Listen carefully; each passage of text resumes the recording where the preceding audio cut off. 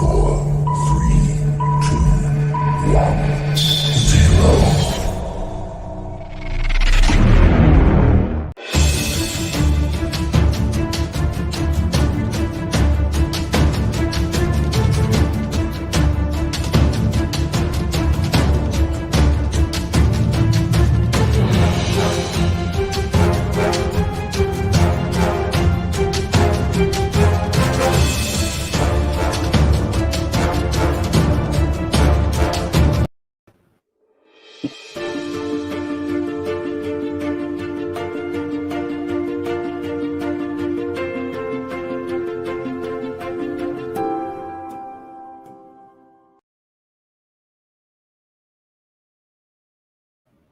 Hello, hello, hello. Hi, everyone watching the Global Empowerment Summit today. I'm here 11 o'clock my time, and if I see right on KJ's clock, it's 2 p.m. in Australia, right? So very, very nice to have you here. And now the audience will see true introverts turning outwards, talking to you all the time this week, sharing some experiences. So I'm just kicking off the conversation with KJ Wong. KJ, it's so nice to see you here. How are you today? Fantastic. I'm very excited, and certainly this is really awesome summit for everyone. And so, yeah, I'm ready to go and help everyone who is on it.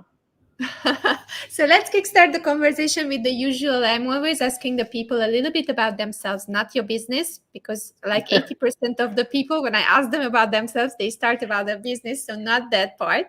So tell us a little bit more about KJ. Who is KJ? What's your favorite place? How do you relax? Tell us a little bit more about yourself. It's probably because a lot of people doesn't like to talk about themselves. Neither do I. So I'm KJ, and I'm a sales coach. Certainly what I really enjoy doing is cooking. So if anyone who is connected to me on LinkedIn realize that very quickly, I actually post some of the food that I cook. And I cook most of the time at home, although sometimes my wife cooks, but certainly I'm a foodie. I travel around the world. I love eating. And certainly I even tried doing a YouTube channel on food, but at the moment we're in pandemic, so technically we can't do anything. So yeah, I love to travel and I love to eat. And I'm being in Melbourne, can't do. So what I do is I work a lot more, and at the same time I relax by watching Korean movies, which is or series, which is really really good for me. So yeah, that's what that's me. Beautiful introduction, and I love the cooking part. I believe everyone started to cook under lockdown because they wanted to do something creative. And what was the first thing? Like I remember the newspapers, everyone started to cook bread. There's not more flour available in the shops. Yes, that's right. Everyone become a very kind of like a bit of a chef during pandemic. And the funny thing is like cooking is an amazing skill. I love eating, and so I cook exactly what I really like, and that is the bonus of knowing how to cook. Yeah, this is an amazing thing next to the things that you know how to sell. So if you cook, then after you can sell your food too. I'm not too sure whether my parents agree with that. Parents are very blunt.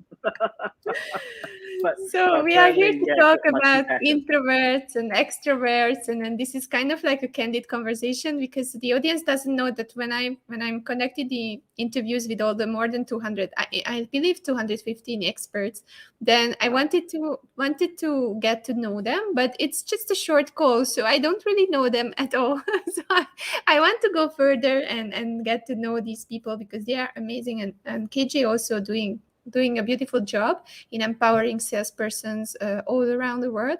So what we will talk about now is introverts and extroverts, and how can it be possible that even introverts can sell? And this is our topic. So let's set the definition straight. Let's just see what is introvert in your definition and what is extrovert, KJ. Introverts are people like myself. Originally we're very quiet, tends to be quiet people, and you can easily find out who they are in a room full of people, even at work. They are the people who tend to sit on the corner And in a discussion, they don't tend to contribute much. and they do a lot of listening. They do a lot of listening, certainly, but you always wonder, why don't they contribute to any discussion? And when it comes to selling, they struggle the most. In fact, they probably try to avoid selling because they always believe that they have to talk a lot. And they always admire extroverts who seems to, it's like a magnet of attention. They love attention, they love to talk, and they seem to not run out of things to say. So that is the polar opposite of the introvert. Those are the extroverts. And so that is pretty much the difference between the two. There is a lot of fallacy surrounding introverts and extroverts and selling. A lot of companies believe that introverts couldn't sell because they're too quiet. They're worried that they're too reserved to be able to approach customers because of potential fear that they have and the lack of potential confidence that they have. And that's why it is really hard for introverts to find a sales role, because during the interview, because they are shy in the first place, it is very difficult for them to actually show themselves a bit more than being quiet. And so as a result of that, it's really hard for them to get a job. But for me, I love introverts when I interview because they are the ones who have specific qualities that I really like compared to extroverts. So I can certainly talk a lot more about that throughout this conversation. Beautiful. So we have the definitions now set straight. So we know what is extrovert, we know introverts. I also want to ask the audience, whoever is watching, please put it in the comments. Which one are you? Are you an introvert? Then write introvert. And if you are an extrovert, then please write a word extrovert in the comments. We would love to know that. And why is it important in sales, or why is there the belief or the myth that only extroverts can sell? I think it is how the market has accidentally portrayed what selling is in terms of engaging the customers or prospects. The bravery bit is the part where extroverts, they love to talk and they love the attention at the same time.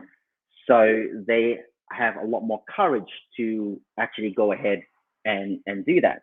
And the problem with that is when you have a whole sales team of extroverts, what tends to happen is these people, when they are in front of people, all they do is talk.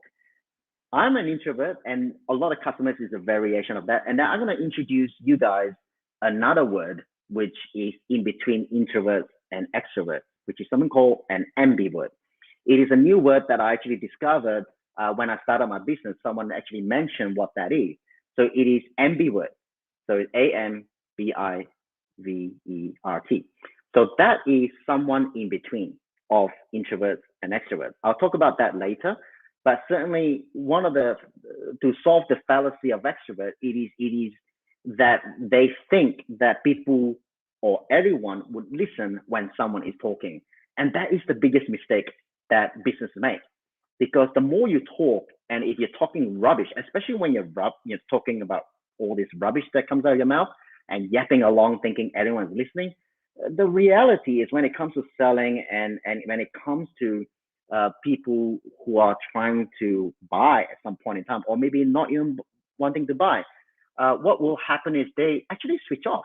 If you keep talking all you want, but people will eventually switch off. And if you tend to not detect that, usually extrovert doesn't even detect the fact that everyone's switching off. It is really bad for any sales situation. And so that is why I do prefer the introverts and a bit of more towards the ambiverts, but usually I like that end of the spectrum as opposed to the other end when I recruit. I think it's beautiful, and Faridah is here. Faridah is coming up after you with some confidence. We will talk about confidence. So she's saying, I'm an ambivert, love being around people all my life, but I became an introvert when I need to refuel, think, and strategize. So she can switch between the different states, right? That's correct. That's correct. I started as an introvert, and I was very quiet. When I was growing up, I don't have a lot of confidence. And certainly a lot of that is I think it's my upbringing. You know, my parents are very strict, and you have to be very careful what you say. So I was growing up like really mindful about what comes out of my mouth. And what made it worse was when we migrated to Australia, my English was very poor, and I still believe that I still have to work on that. And so the Australians tends to kind of like play jokes on me because of my accent, and they also bully me on top of that. So you tend to, when you're in those situations, you tend to naturally stay in your cocoon, so to speak, and it's really hard for you to branch out and really be a lot freer in terms of expressing yourself, especially at a younger age. So when I got into do my job, I started out being very quiet, and I realized that I have no choice, but I have to find ways to communicate and express exactly what I mean. And a lot of that is improve my English. That is a really good start. Removing as much of my accent as possible because I was too self-conscious of it. And thirdly, I really needed to engage a lot more people so that I can practice that communication as well as building up that courage and work with that. It's not until when I think became a sales rep, that is where I start to grow a lot more, because now you're engaging with so many people that you can't imagine.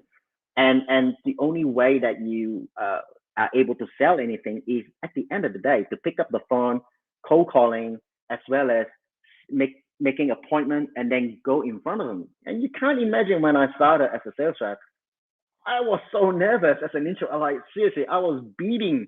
It was winter time, and I was beating when I'm talking to my customers, and it was a long time before I even can smile, let alone trying to converse with my clients. And so yeah, that was my journey, and that is a long answer to answer your question. A long but good answer. I mean, everyone needs a little bit more explanation. It's not so easy sometimes. You know, first you have to understand the context, understand what we are talking about. I know that you are watching these interviews one after the other. So for the audience, a little tip is always first just get to know the expert, just listen to the expert a little bit, and after that, get to know the thing, get to digest what we are talking about. Like today it's about introverts and extroverts and how they can sell and why introverts can also do that, and then start to engage, and you can start to actually put comments and questions like Faridah did, relate yourself with the speakers. This is a process. It's just like, you know, everything in life, you need to be there, you have to engage so that you can get your answers. So let's go further, KJ, and thank you very much for everyone watching. We have this strategy, okay, we are introverts. First, we are realizing it. So I believe the first step is just to know which one are you. So how can you really like know 100% sure which group you belong to? So we have to understand that at the end of the day, introverts is on one side, extroverts is the other, and everything in between is a variation of each, and somewhere in the middle is ambivert. So if you find yourself wanting to, I guess, start a business, yeah, if you're an entrepreneur, but you don't really know where to start. However, in reality, you realize that you actually have to engage people to sell, and you're completely afraid. And on top of that, when you are out in a gathering with friends, you tend to be the person who actually stay back in terms of not really saying much. And so if you're that type of person, you tend to be an introvert. Whether you have confidence or not, you could be a confident person as well, but you could be an introvert on top of that as well. If you're an extrovert, you're very gregarious, like you're very loud. You tend to be very loud, and you're not afraid to speak out. You're not afraid to share your ideas and certainly your opinion to everyone, okay? And on top of that, like, you're not also afraid to offend people either. It doesn't matter to you. And as far as you're concerned, you love the attention, and those social medias is definitely your favorite place to talk about yourself. And yeah, so certainly that is the other side. Whereas the reality is, one of the things that you have to realize that whether you're introvert or extrovert, you move in and out depending on the stage of your life, and also the situation that is presented to you. Today, you can see that I'm actually being able to talk to you guys, but deep down inside, I'm kind of like, I have an internal battle fighting within myself, sharing all my ideas and talking to you guys and Andrea as well. I used to not be able to do that very comfortably. However, because of the situation, you actually start to shift the dial towards the other side. And I never like putting people or pigeonholing people into your forever introvert or your forever extrovert. When it comes to people and psychology, when the situation arises, they can change whatever they need, and they do shift because of situations. So bear that in mind, everyone can evolve. And that is the reason why we're in this Global Empowerment Summit, to realize that mentally, we can do whatever we want when we put our mind to it. And as far as I'm concerned, whether you're introvert or extrovert, if you really want to, I guess, get what you want in life, you guys, anyone can do it. You just have to learn all the skills. And there are so many coaches here that are so good at what they do, and they can actually help you there. Perfect. And you also added some things why we do this, why I do this, to empower people, to show them that everything is possible. Even if you are one person alone, you can create huge effects and huge ripples. So it's just you and your commitment, right? And not even confidence, because I believe we all do mix up things. We all fail. We all do mistakes. Like in the backstage, it's not always peace and love here at Andrea's in Andrea's world. It's always rushing around and fixing problems and talking to people and making it smooth on the other side, so that you see the beautiful end result. But life is not like simple. Life is not all about the good things, but the best thing in it is that you learn so much. I mean, if you challenge yourself, if you get out of your comfort zone, if you are an introvert and you try to see how is it when you turn to an extrovert, you can add so many skills to your skill set and improve, right, KJ? Absolutely. Like, I want to go into why I believe introverts can sell as well, or sometimes better. And as a sales manager for many years, I've been sales managing for more than 10 years now. And the people that I start to select normally are the ambiverts. And there's also a tinge of quietness in them as well. I for some reason recruit that sort of people. And the reason for that is, when it comes to selling, the foundation of selling is always being consultative. And secondly is active listening. So for those guys who actually understand the word active listening, you can Google that. So active listening, when you Google it, it's really hard to understand exactly what it really means when you are actually applying it. There's a definition. Very often in the classes, I would ask people to define what active listening is. However, the reality is, when I asked them to apply it, it was like 99% failures. So when it comes to selling, the listening skill is extremely important. Introverts, the reason why I moved towards that side when I start to recruit, it's because their first lead, what happens to them internally is they choose to listen first naturally. And it is their basic characteristic. It is their core of who they are. That's why they're quiet in most cases. And these are the guys who actually spend the time to listen to understand, right? Listen to understand. And they don't jump. They don't have this urge. They have lesser urge to jump the gun, to trying to interrupt their clients when they are talking. They have the courage to face quietness, that awkward silence.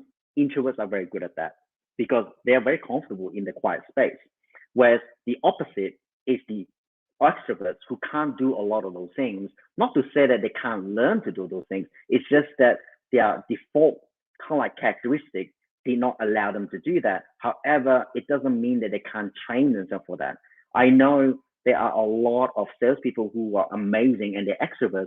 However, I actually know more people who are amazing at selling who started out as introverts, a lot more than extroverts, and they make more sales. Extroverts look as if they do well on the surface, but when you look at their sales numbers as a sales manager, that's what I do.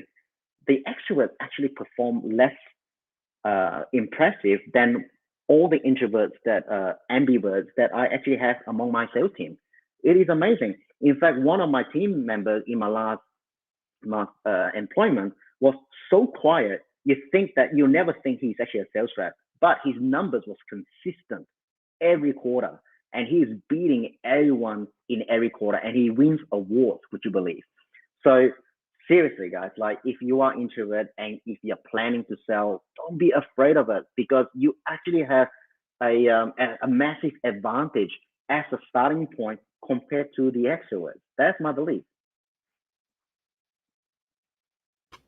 So we are going through the details of how introverts can sell. So we are already knowing that we are introverts or we are extroverts, or that it's sometimes changing and we can just switch to the different moods, or we can in between like an ambient. So ambivert. So let's go further. What's the next step? If you are an introvert and if it's harder for you to sell, how do you improve your skills? Where do you start, and what are the steps and tools that you can use to improve yourself and to silence the inner critic? That's a good question. It is the how bit. A lot of people say you have to do this, you have to do that, but how do you actually do it?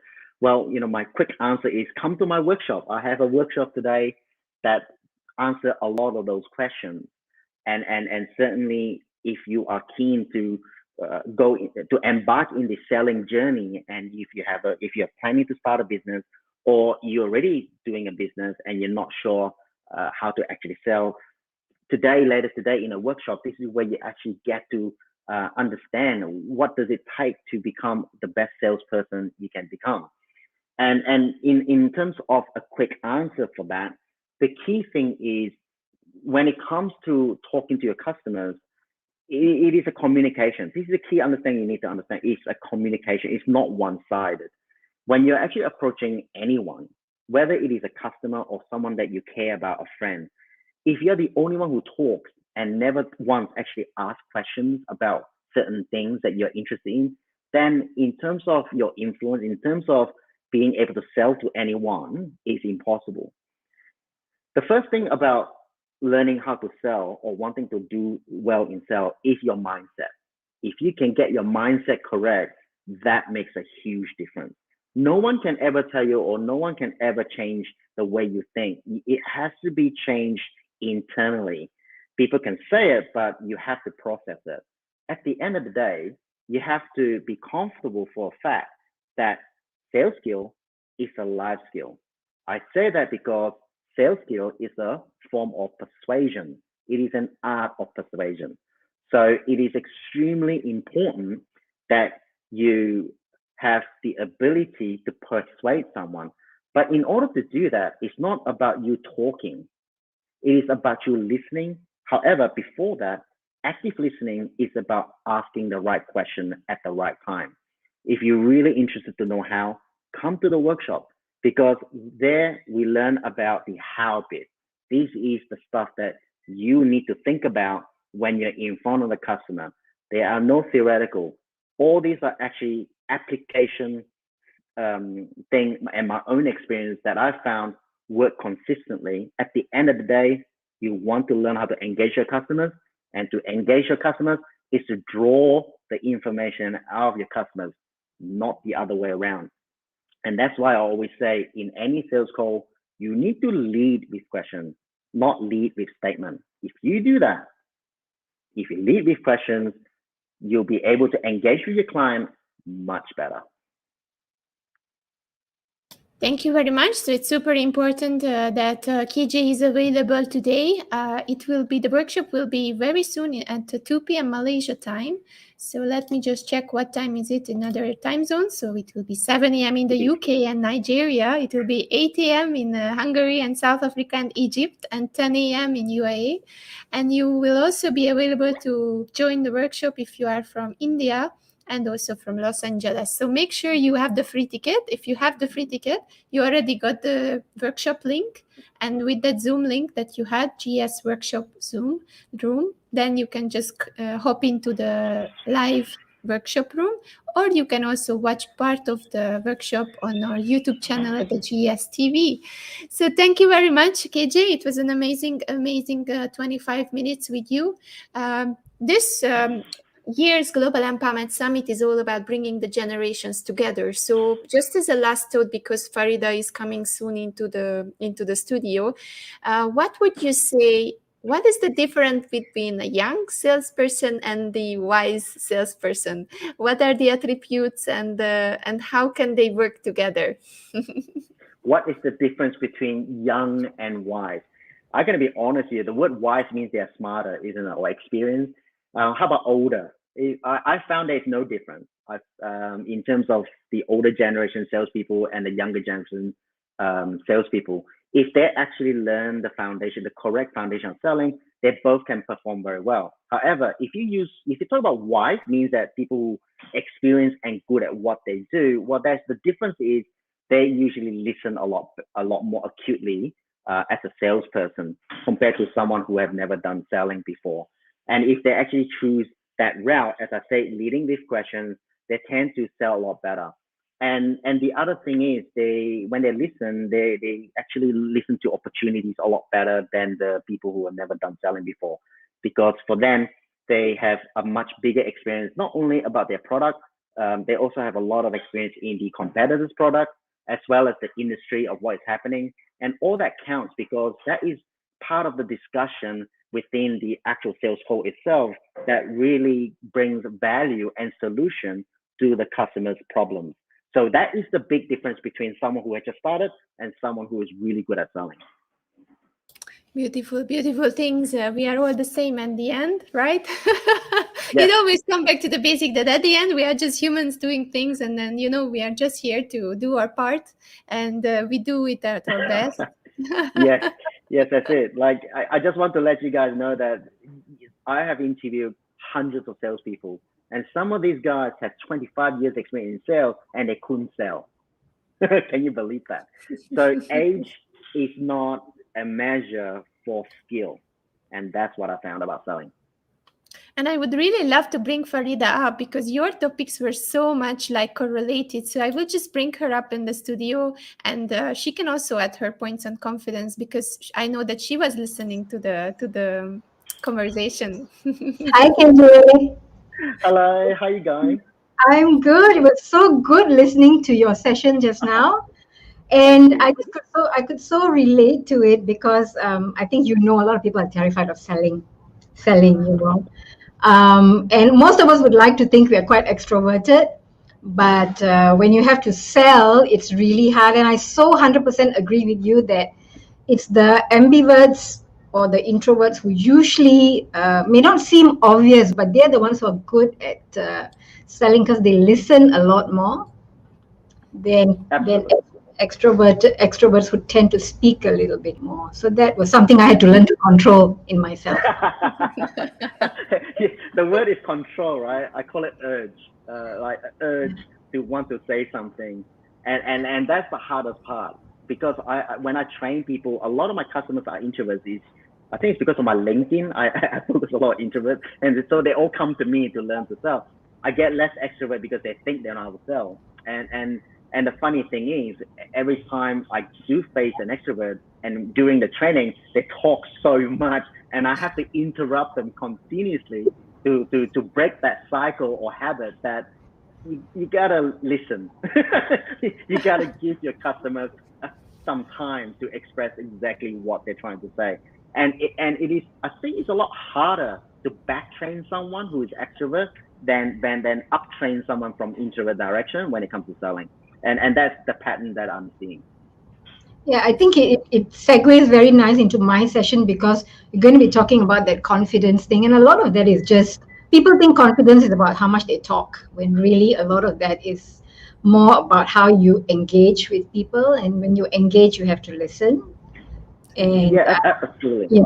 Yeah, so it's so beautiful molding together the sessions are from the two of you, and it reminds me on Rohan Kumar's session yesterday night, which was about being a young entrepreneur.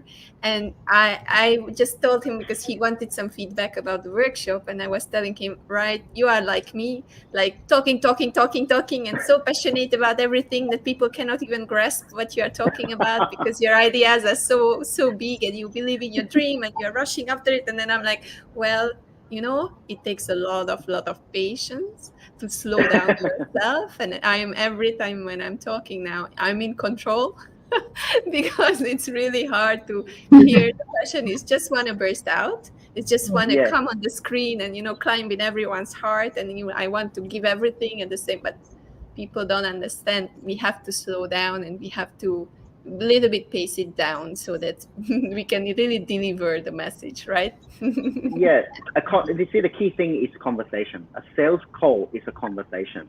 Often it is converted into something else, which is a broadcasting. Reps that just keep talking in a sales call, that's called broadcasting. That's what you see on TV. But the reality is, in selling, it is a communication. It flows. And what tends to happen in a communication is a two-way street, but we forget that. Extroverts hate that. And so the reality is, like, introverts still need to say something, otherwise it's not a sales call. So it's a balance. That's why I call it a communication, because everyone knows that communication is a two-way street. And that's key to it. If it is two-way street, it means that a great sales rep tends to adjust along the way on the fly, because they're listening to feedback, exactly what the client is actually saying and responding to, and then they respond with the right thing. And on top of that is very key to any sales thing, which you're gonna probably learn in the workshop, is that if you actually understand and give the customer time to express exactly what they need, and then you are very good at leading with questions and things to really understand the layers of requirements and needs and the challenges, you can then customize your conversation on the fly. But if you're an extrovert, all you can do is to just project everything in the brochure. Well, you know what? At the end of the day, you might as well just hand over the brochure, because at the end of the day, that's pretty much what you're doing. And the problem with that is you are missing the point, because every customer is different. When you are talking as an extrovert continuously, you're making assumptions. You assume that your customer has those problems and these are the solutions it's going to solve them. What if there are certain things that is not there? There are certain specific challenges that they have that is not on your brochure. How do you deal with that?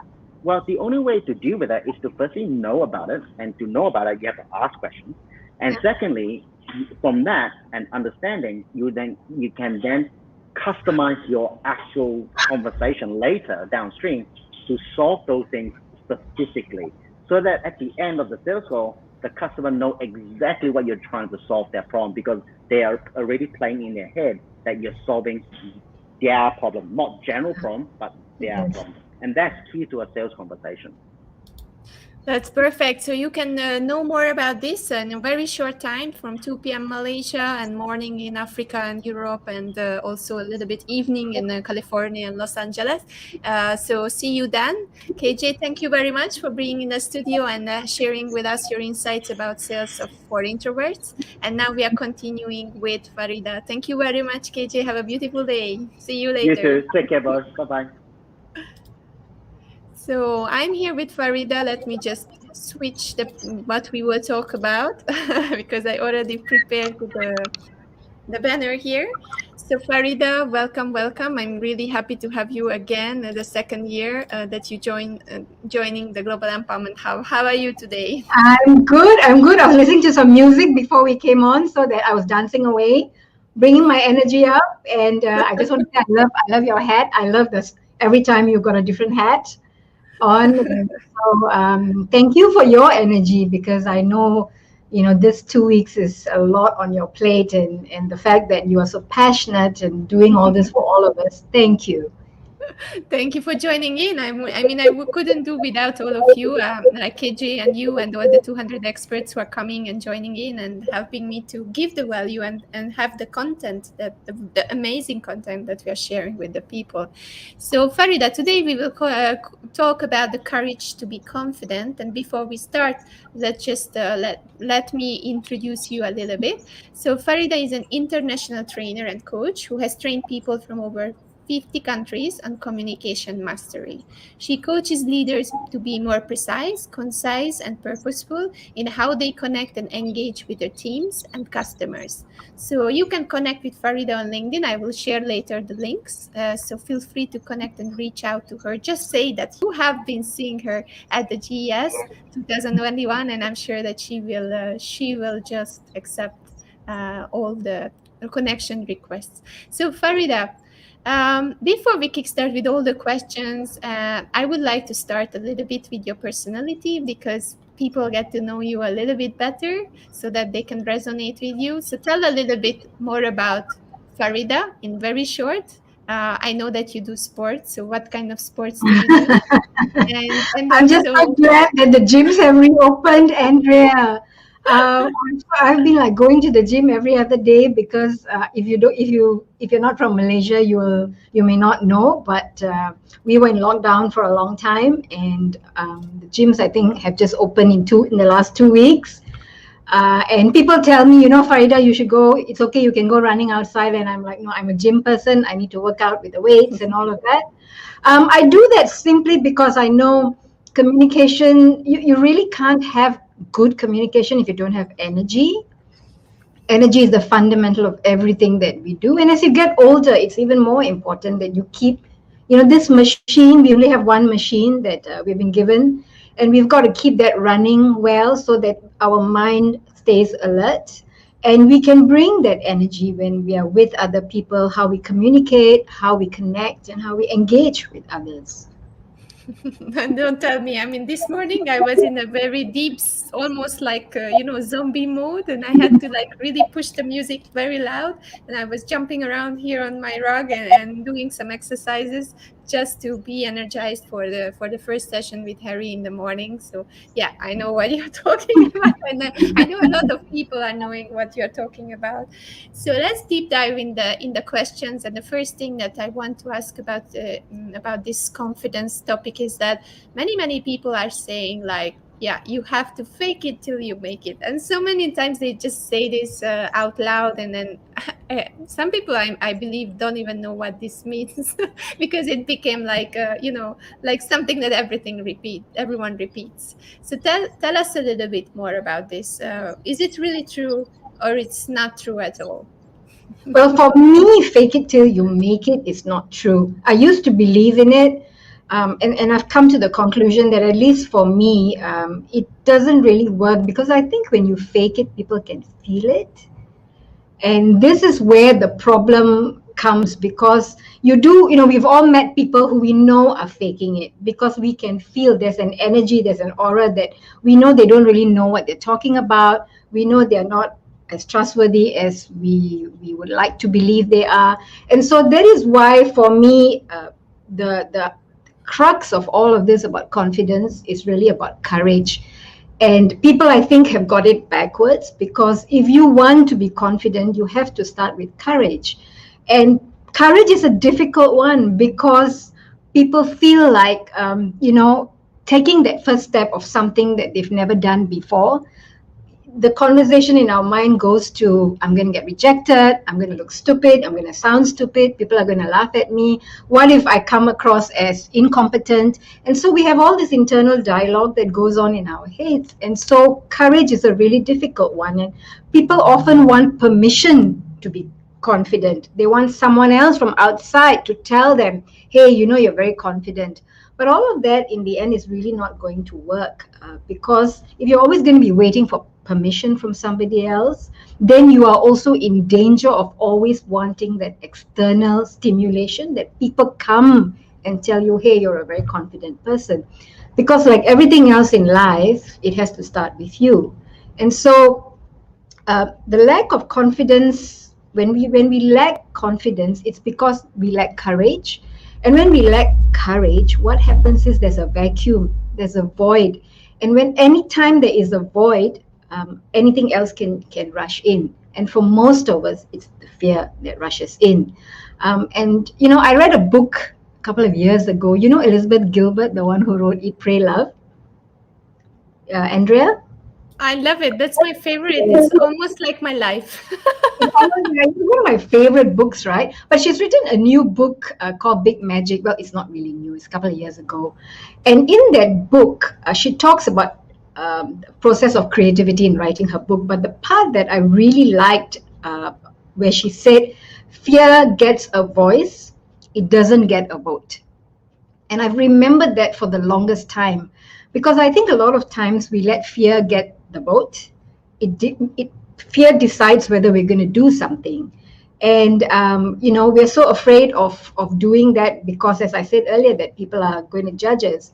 And so we have to understand, and I'm sure many of the people who are listening in have heard this before, but I'd like to repeat it or remind you. Fear is something that is in our DNA. It's been there since the beginning of time, or at least since the beginning of time when humans walked the earth. And so fear is not bad. Fear is there to keep us alive. It kept us alive from the dinosaurs and all the other predators that could have killed us in those days. But what has happened is the brain has not evolved. That part of the brain, the amygdala, which is like an almond-sized shape where fear sits, that has not changed. It's not evolved, even though human beings have evolved. And therefore, that is why fear is so predominant in our lives. And so what we need to understand is fear is good. Fear has kept us alive. The problem is we always put it in the driver's seat, not in the passenger seat. And that is something we consciously have to know about ourselves. When the fear pops up, what I do is I will talk to my fear and I'll say, you know what, thank you so much. I know you care about me. I know you love me. I know you're trying to keep me alive. But this isn't going to kill me, whatever it is that I'm going to do. I'm not going off hunting. I'm not going to jump off a ship. I'm not going to jump off an airplane. Thanks for wanting to take care of me, but you can sit in the passenger seat. I'm going to be in the driver's seat. So this is what I do to help me deal with my own fear. So courage is coming from that ability or capability to be able to silence fear, right? And then get over it so that you can start the process of growth. Yeah, I think it's managing that fear more than silencing it, because I think fear is always going to be there, unless maybe you're a monk or you're a yogi. Maybe they have learned how to completely silence it. But I think for most of us, it is about recognizing that voice and managing it and putting it in the right place. At least that's how it works for me. I know that you are very, very keen on using the good definitions, just like me. So I always like to set the definition straight. Like yesterday or the day before, I was talking to Darren and he was talking about NFT and blockchain technology and metaverse. And I was like, hey, slow down. Let's just explain to the people what is metaverse, what is NFT, what is blockchain technology, so that who is jumping on the call or watching us live will understand what we are talking about. So there are a lot of things around confidence and courage also, words that we love to use, but sometimes we don't use it on the right way and sometimes we use the wrong one. So what's the difference between self-esteem and self-confidence? Okay, so self-esteem is about how you value yourself. It is more internally focused. A simple way for me to describe it to most everyone is it's the dialogue you have with yourself on a regular basis. It's what you say to yourself. Self-confidence tends to be based on your abilities. That means you've done something a couple of times. Those of us who are speakers and coaches, we all know that when we first started speaking or public speaking, we didn't have a lot of confidence. But we keep doing it. And slowly that confidence comes because we've been doing it so many times. We know what works for us. We know what doesn't work. We are more familiar with our style. And so that comes from your abilities and it's more externally focused. And so people use it as an overlap, but I think it's very important that we make that distinction. So self-esteem is more internally focused. A lot of self-esteem comes from nurture, which means how you grew up, the people that you were around when you were growing up, how did they communicate? How did they communicate with each other? How did they communicate with you? What kind of language did they use? What were the words that you often heard when you were at home and school and maybe in your early relationships? So that self-esteem is related to a lot of nurture in the people that we have around us. And then we've internalized it. We've taken their opinion and we've made it our reality. And that's when it becomes quite dangerous, because if you notice people who have lower self-esteem, it's because they've not questioned what other people have told them about who they are and how they come across, and they just adopt it adopt somebody else's opinion, and that becomes their reality. And so that's really dangerous. And I think that's the thing that society can lead to what you mentioned now, that society can sometimes put some pressure on us. It can just, people are telling people things without thinking about what it causes in the other person, and you maybe don't know, you don't relate, maybe you are in a bad mood, maybe you just had like a very angry conversation with somewhere and with someone, and the next conversation, when you go into it, you just express that thing, and then it's just coming out, and you're hitting the other person's self-esteem by telling something that, oh, this, you are just like, just don't talk to me or something. Very, very small things, right, Faridah? Yes, we have to be careful, because the thing is, when we are upset, and we all get upset, we get annoyed, we get frustrated. It's a very human thing, and we sometimes say the wrong thing to our children, to our partners, and even often many times to ourselves, because women tend to be more self-critical. All the data seems to show that that is true. And so I always say there's two things you can do. One is, if you're really angry, I don't recommend you have a conversation at that time. You have to wait for your frustration, your annoyance, your anger to go down, because then you can look at things more objectively, and you can then share why it was that something upset you.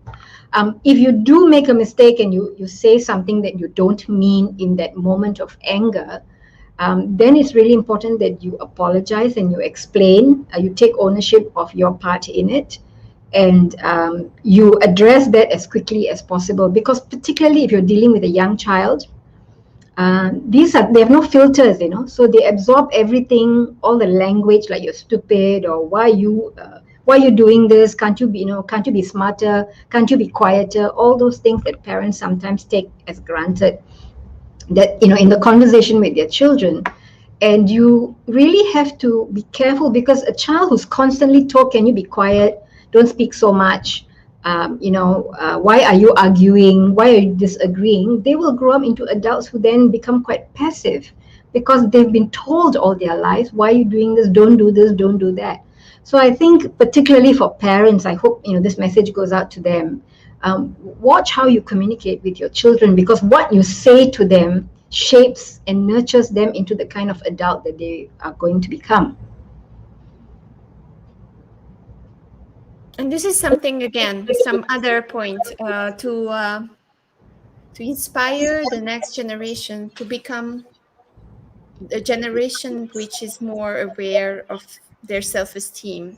Because with the new technology coming, with the instant gratification, with all the depression, all the anxiety that the youth is dealing with, it's very important not to put more weight on them, but to understand them and to talk to them in a way, as as a communication expert, that you have to talk to people different ways, because everyone has a methodology, a way of understanding, a way of speaking. So whenever you talk to another person, you have to switch. You cannot use the same language, the same mood, the same kind of approach, right, Faridah? Absolutely. Even with your conversation with KJ earlier, when you were talking about, the introvert, extrovert, ambivert, when I do my communication coaching, I actually make clients take a test where we actually define their communication style. You see, because Andrew, this is the problem, right? A lot of us, we just grow up talking, right? From childhood, when we start to speak, and then we communicate with our parents, then we go to school. And we think we are communicating, but we've never really sat down and figured out what is our communication style, because the way we communicate is different with people who have a different communication style. And once people understand what is their style, and then what is the style of your partner, if you're married, or what is the style of your children, what is the style of your colleagues, your boss, because then you can adjust your communication style for the message to get through in a more acceptable way for someone who has a totally different style. Because you and I are pretty much extroverted, but if we are dealing with someone who's more introverted, as you talked earlier, we have to quieten down and we have to listen more. It's not about us constantly talking, because for an introverted person, it takes time for us to gain their trust, and then to get the information that we need from them. So we cannot be talking at 100 miles an hour because it's not going to work. That's so true. That's so true. And it's also the truth in relationship also. I know that many people are shutting down, when you are very angry, you are talking, you are telling a lot of things. And then the other person is just, you see that they are not there anymore because they are all right, it's enough for me. And I just like to make the point because this came up with one of the trainings that I was doing recently, and some of the participants were saying about how they have all these virtual calls, right? Because mostly we were doing virtual, and some have gone back to hybrid, correct? But what is happening is you're having like 40 people or 100 people on a call because the company is trying to do that. And so if I can just get a message out to all these companies, please stop with this 50 people, 100 people on a call. You're not communicating with anyone at that stage, at that level, 50 people on a Zoom call. You're not getting through. So you have to make more of an effort to have smaller groups so that you can then have a communication and a conversation, not just one person talking and everybody there sitting quietly, and you have it for an hour and you think people are listening, but they're not. They've shut down. That's the problem with the new technology, that you can just shut off your camera and no one knows what you do in the background. You shut off your audio also, so that then you can also like listen to music or just be outside in the kitchen and cooking, and you don't even know what's going on. So it's really kind of like the digitalization is not supporting human connection in a way, because you really have to make an effort to make an online conversation like this very concentrated and very focused on the other person in front of you. It takes a lot of effort. So believe me, being live 40 times a week or 50 times a week, it takes a lot of energy, and my brain I take my hat off to you, Andrea. I don't have a hat, but I really take my hat off to you, because I don't know if I could do that.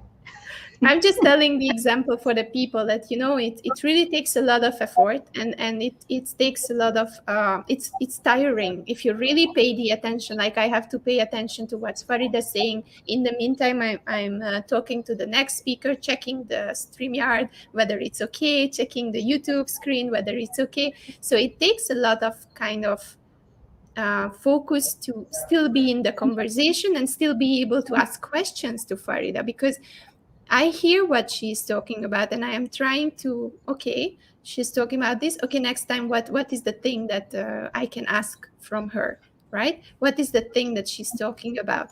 Is she in a good mood? Should I a little bit elevate her? Like with KJ, we had to start a little bit warming up because he was a little bit afraid at the beginning as an introvert. So this kind of things is coming from you, and you have to change your communication, and you have to focus on the person, no matter whether it's online and offline. So I'm really with you on this. Smaller groups, quality conversations, real checking the even the face, like how the moods and everything on your face is changing, and react on those changes if you can.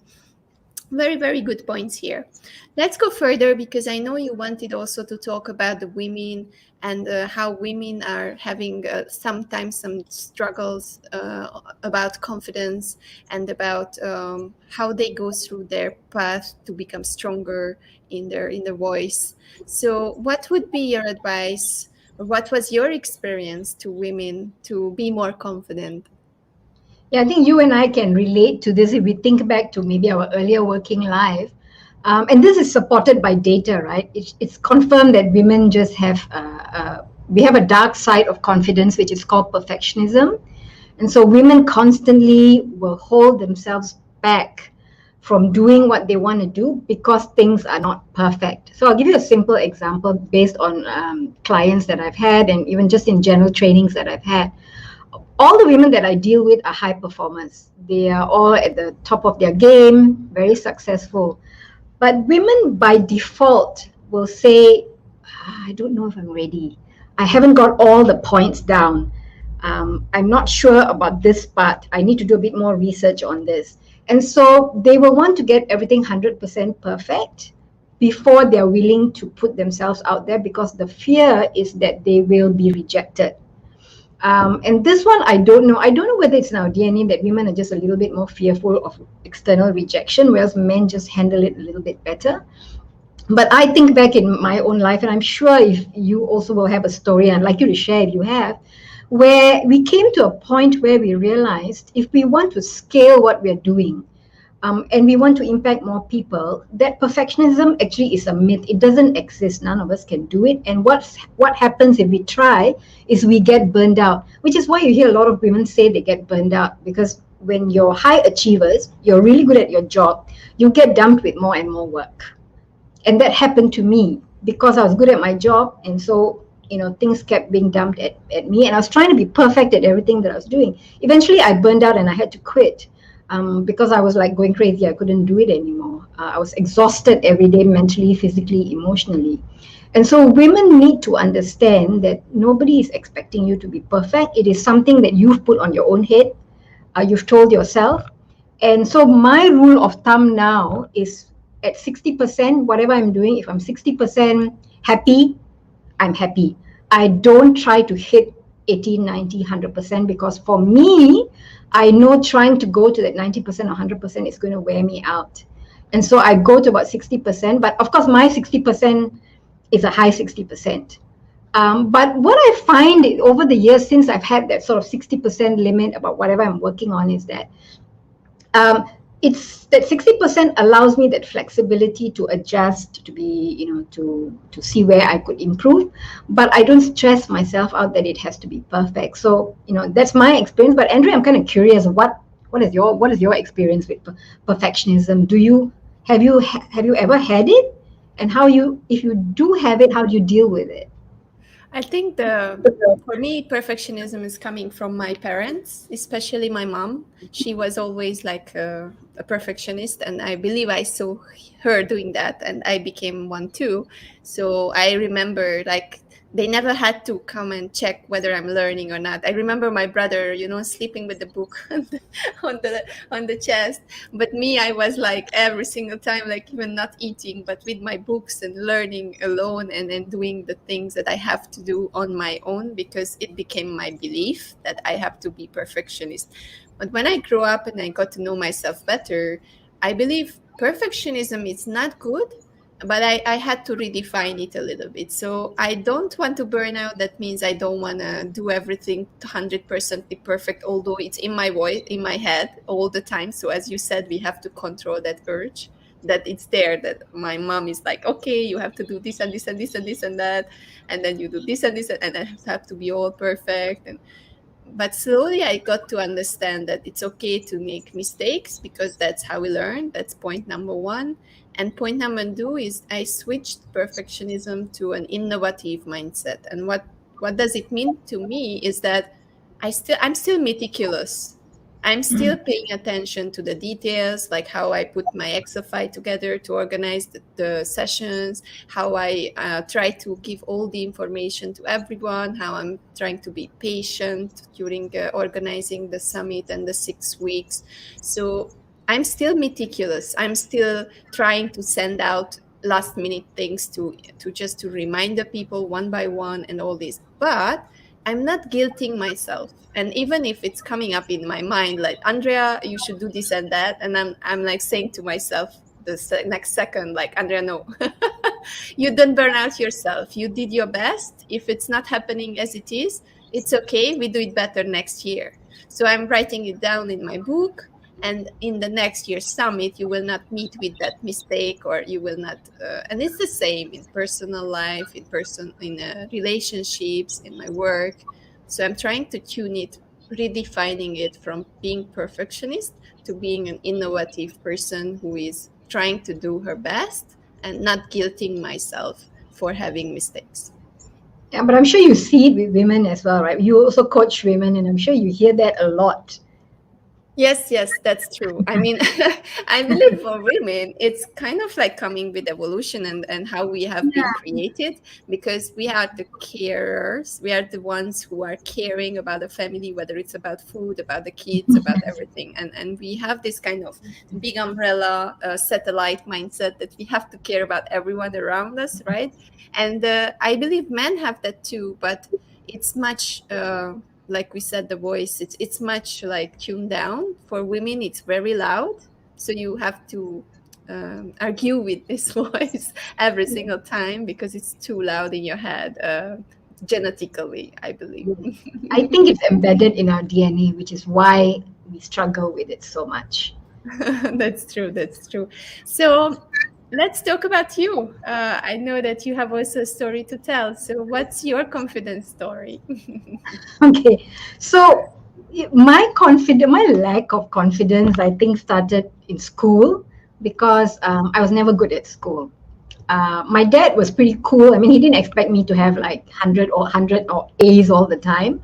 Mom was a little bit more worried about it, but she wasn't also like no, you have to burn the midnight oil and study.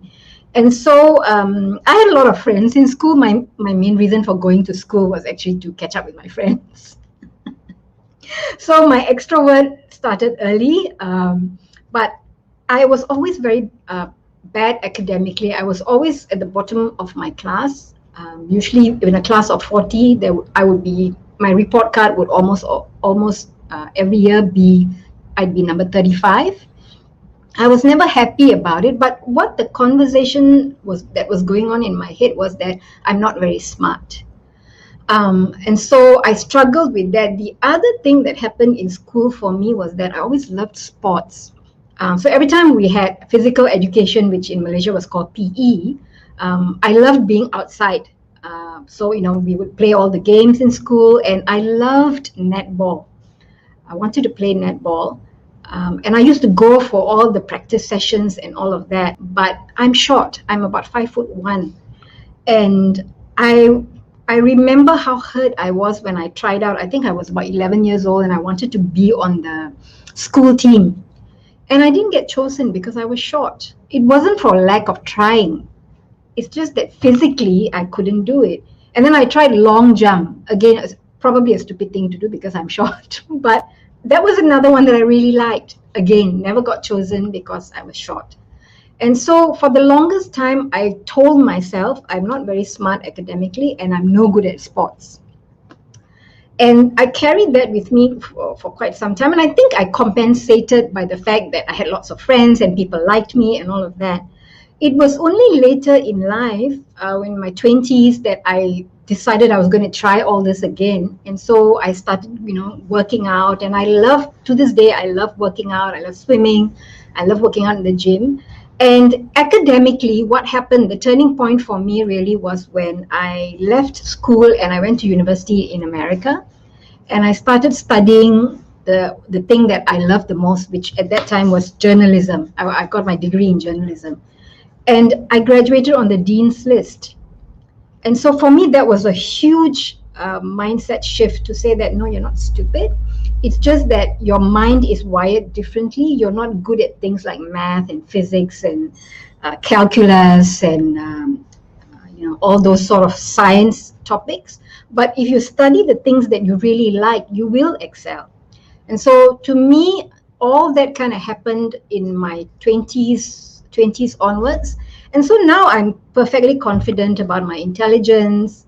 I love to do what I do, and I don't beat myself up about the fact that I don't understand something. And so when I don't understand something, I just tell people I don't understand. Can you explain it to me in a way that I can understand?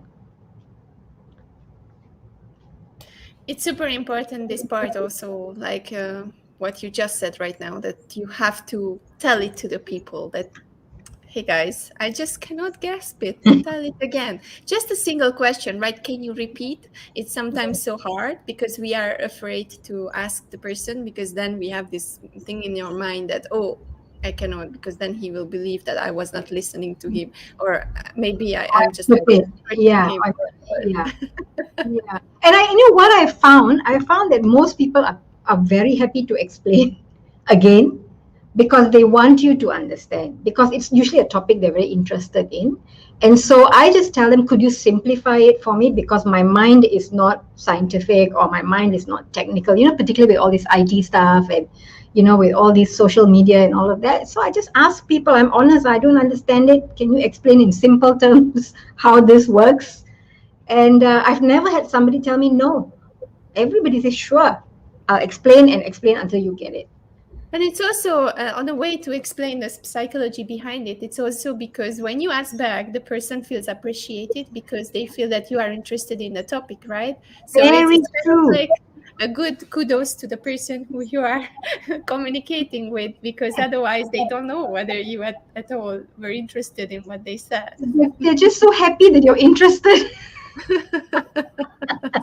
And they will just talk for hours. If you just start this button and you push this button, then please trigger them and they will explain you everything.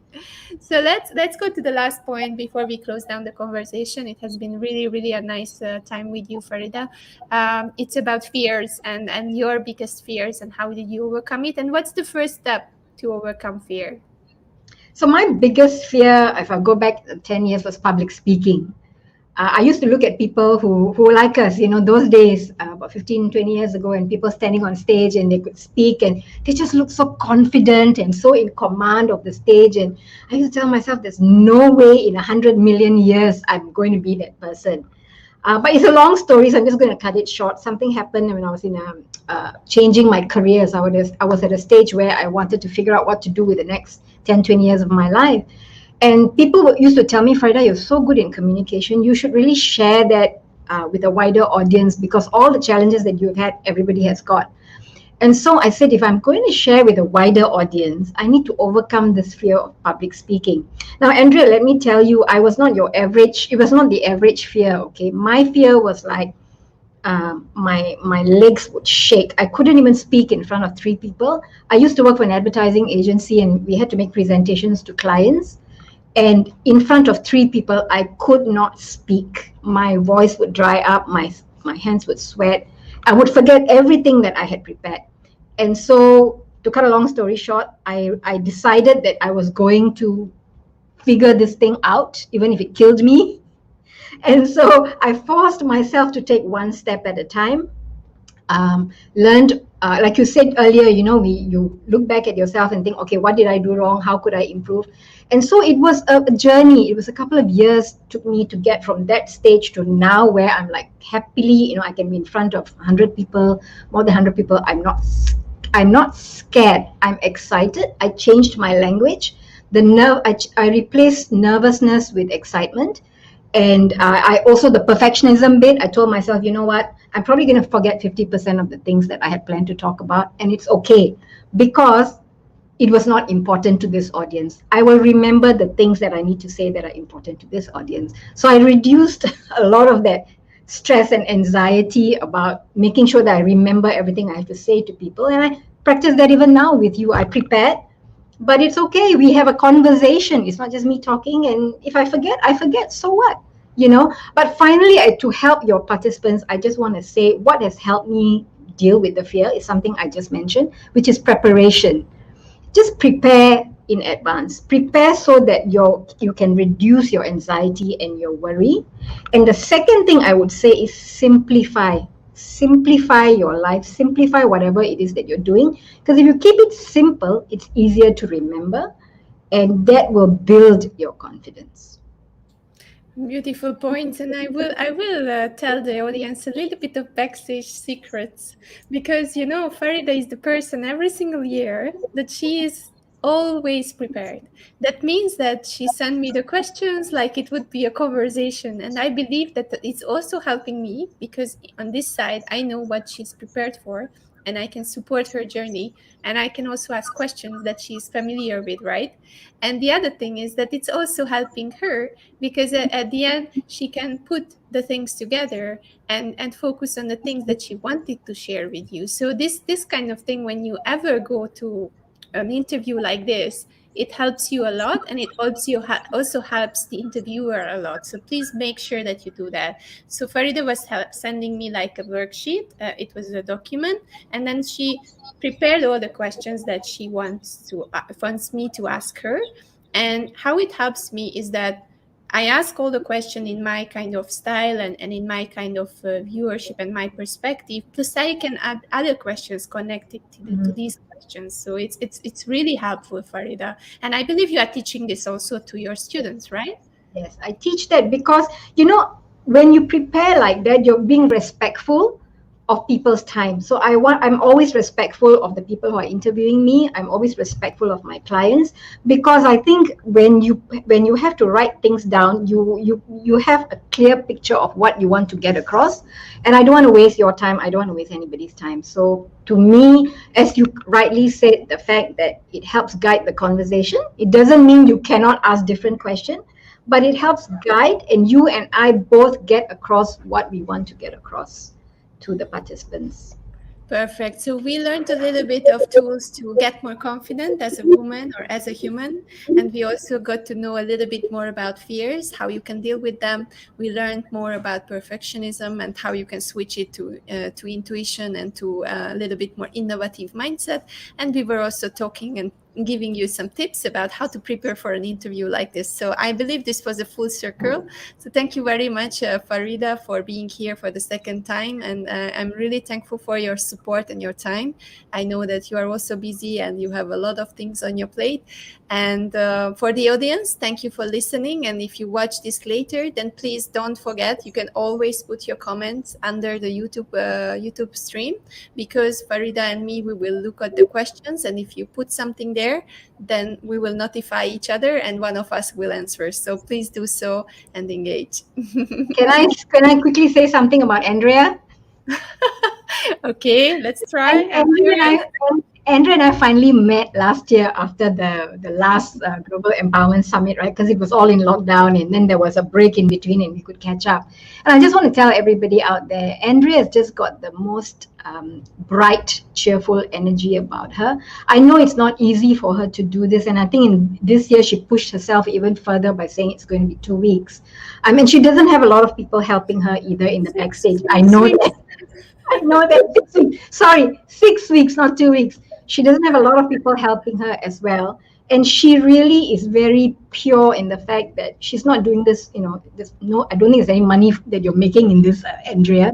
She's just doing this because she really wants to help people go through what we've all struggled with COVID and all of this. And so I just want to say, please connect with Andrea. She's such a bright energy, such a cheerful energy to be in contact with.